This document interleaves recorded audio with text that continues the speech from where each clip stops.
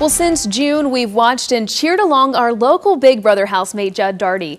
Judd is from Englewood, Tennessee, and was one of the 15 contestants on CBS's Big Brother this past season. He made it all the way to the final 5. He even became the first person in Big Brother history to be eliminated and then brought back on the show.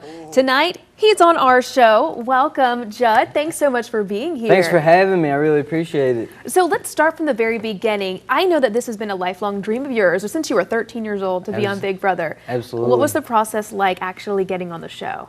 Well, you know, I'd tried out like 6 times. You know, this year I sent in a tape and it just went from there. You know, everything just went really good. I went to finals, then actually made the show, and I was surprised. You know, they acted like they were coming to just get a few last-minute things from me, and then they actually brought me my key, and it was just surreal.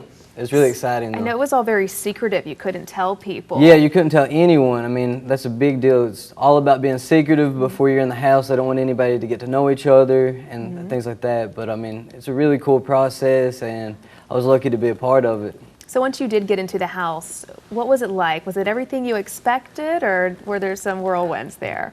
There were definitely some whirlwinds. I mean, it looks so much easier whenever you're watching it from your house, but actually being there is the hardest thing I've ever done in my life. I mean, I had a blast doing it, but I mean, every little thing that you see, like, oh, this person's doing this. Like, I wish I could see people's DRs and stuff, but I can't. You know, you can only trust people just based on how they act towards you and trust their word. Right, and then you've got the audience back here saying, no, don't Yeah, trust that person, exactly. because we can see it all. Yeah, and I've done that myself, you know, as a fan. And what's it like being live, having the cameras on you 24 hours a day?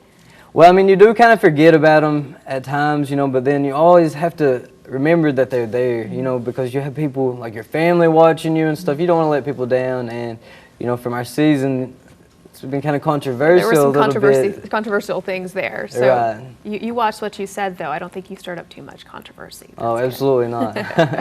Good old boy. All right. So once you did get out of the house, what was it like? I know you were there for like 3 months. Yeah. Was there anything when you came out into the real world that shocked you? Things maybe in the news that have been going on that you just had been completely out of the loop about? Yeah, like the Zimmerman trial. I heard about that. You know, we didn't know about that until after the finale was over.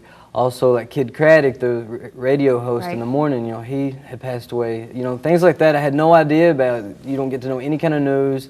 You know, Julie told us, like, what Kim Kardashian's baby's name was. Just vague news once in a while. That's the news that Julie gave to you, Kim Yeah, Kardashian's on a live show. So I was like, oh, come on, Julie. All right. It's like, give me more than that. Come on. Yeah. Well, so you've been back for about 2 weeks now. Right. Back in the real world. What has it been like in your hometown, being really the local celebrity? Oh, it's been awesome. Everyone's been really supportive. My friends, my family, just random people from the community that I've never met yet. You know, they'll stop and talk to me, be really friendly to me.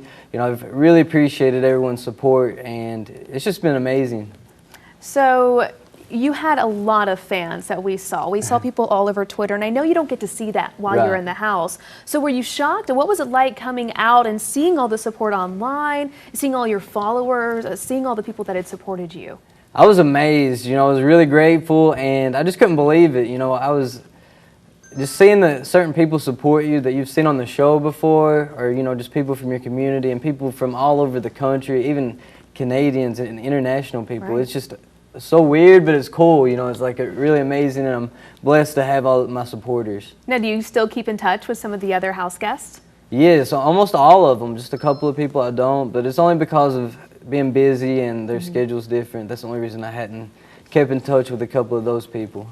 And let's go a little bit deeper about when you were actually on the show. We've got some video rolling right now. I know there were a few, that's a beautiful shot right there, by the way.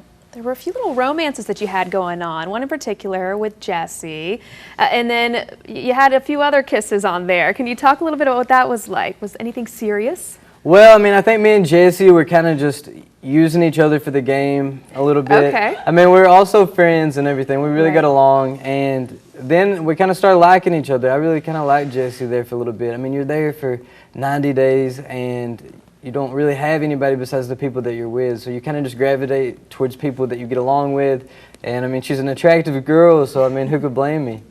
There you go. Well, have fun while you're there. Can't blame you. Now, I want to point out that you do have an event this weekend where you can come out, you can meet Judd. He'll be in Etowah with a big welcome home party. Tell us about that. Yes, it's in Etowah at the L&N Depot. and it's from 2 p.m. to 8 p.m. and we're going to have a few other house guests from the show that are going to be there as well. So, All right. you know, just try to stop by, and we're going to do a meet and greet, try to sign some autographs and things like that. And there's going to be some benefits towards St. Jude, also towards Brittany, who's been on a previous season. Her baby, you know, is ill, so we're going to try to donate a little bit of money and stuff. We're going to do a little raffle with some of our Big Brother items, so should be a lot of fun. All right, that's going to be a great event. Again, that is in Etowah at 2 p.m. Until 8. Until 8 o'clock at the L&N Depot. L&N Depot. All right. Yeah. Thank you so much for being on the show, Oh, Judd. thank We you for appreciate having it. me. All right, and we're going to be back with more in just a minute.